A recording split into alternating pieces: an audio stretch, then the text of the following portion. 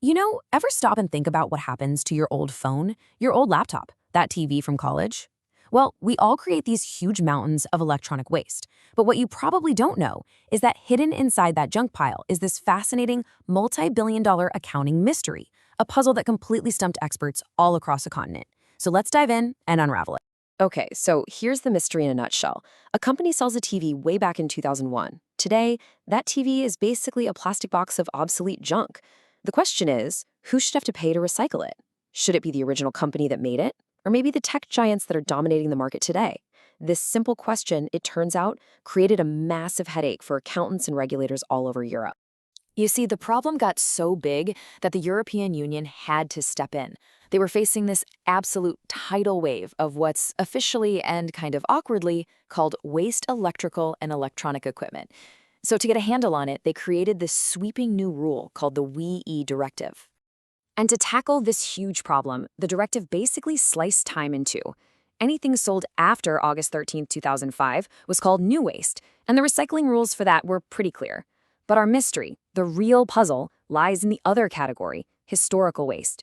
That's the millions and millions of devices sold before that 2005 cutoff date. Now, for a company's accountants, this was way more than just a philosophical debate.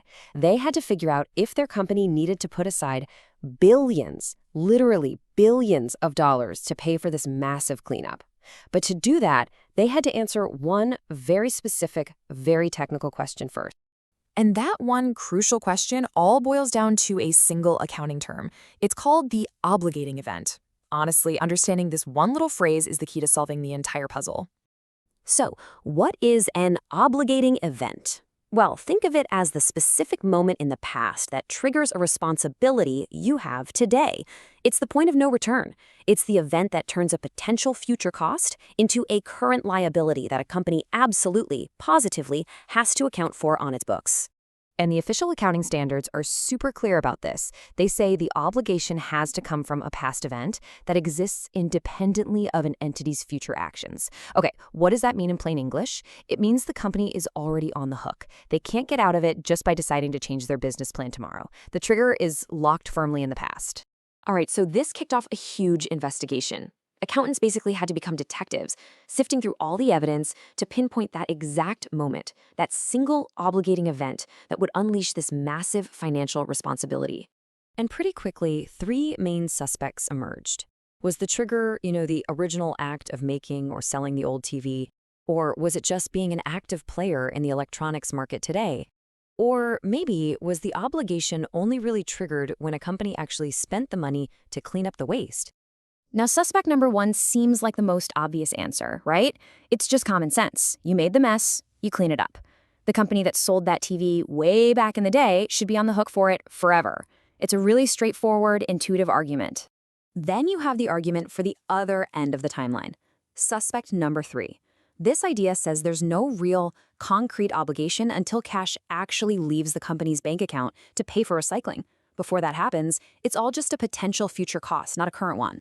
So you have these really compelling arguments for different triggers, but in the world of accounting, there can only be one right answer. So which one is it? When is that financial hook officially set in stone? Well, after a ton of debate, the official group that interprets global accounting standards, a committee called IFRIC, issued its final verdict. The answer came in a landmark ruling known as IFRIC 6. And the answer was probably the one you'd least expect. It was suspect number two. The obligating event wasn't making or selling the product in the past. Nope.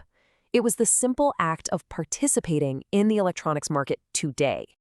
The ruling was crystal clear, and for a lot of people, it was a total shock.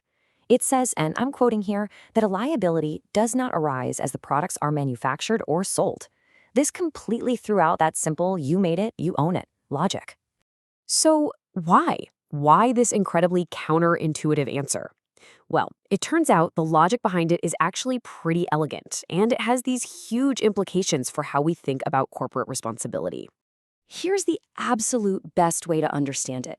Think of the electronics market as this massive, decades-long party.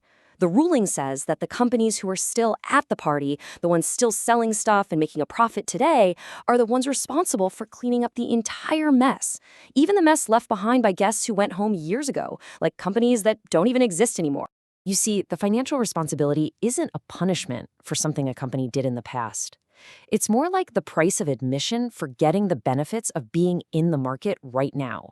The ruling basically says, hey, if you want to sell new gadgets today, you've got to help pay to clean up the old ones. So how do they split the bill? It's all based on current market share. If company A has, say, 40% of the TV market today, it has to pay 40% of the total cost of recycling all the old historical TVs.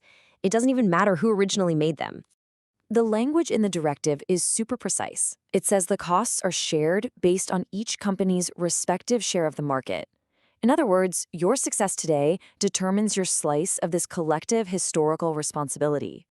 And this has a massive real-world impact. It means a company's financial statements, its balance sheet, can't just be about its own actions anymore. It has to reflect its current piece of a huge collective problem from the past. It fundamentally changes how we think about corporate liability. So after that deep dive into some pretty intense accounting rules, what's the big picture here? What's the final takeaway? Ultimately, this whole accounting mystery boils down to a fundamental question of fairness.